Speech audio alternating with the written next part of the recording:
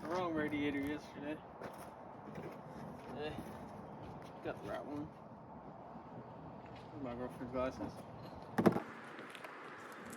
Just John on. They still ordered me the automatic. The only annoying part about is the fact that they just don't listen, don't do their jobs. Ugh.